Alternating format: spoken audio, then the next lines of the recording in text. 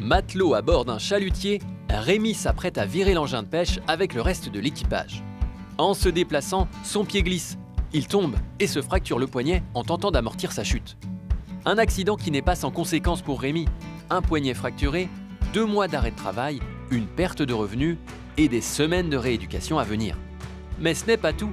Cette chute, c'est aussi des coûts indirects. Pour le navire, car la pêche est écourtée et il faut trouver un remplaçant. Ce dernier devra être formé, son travail sera sans doute moins rapide et moins efficace, donc moins productif.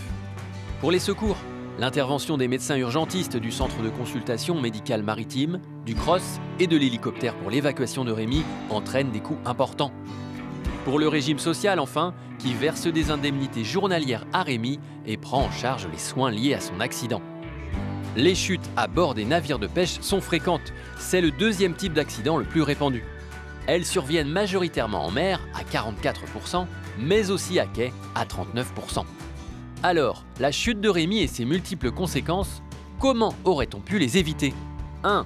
Laver minutieusement le pont de pêche pour éviter de glisser sur un poisson. 2. Installer une cuve à poissons ou une table de tri pour éviter d'enjamber les planches de parc. 3. Installer un revêtement de sol antidérapant pour réduire les risques de chute. 4. Ajouter un éclairage adapté sur le pont. 5.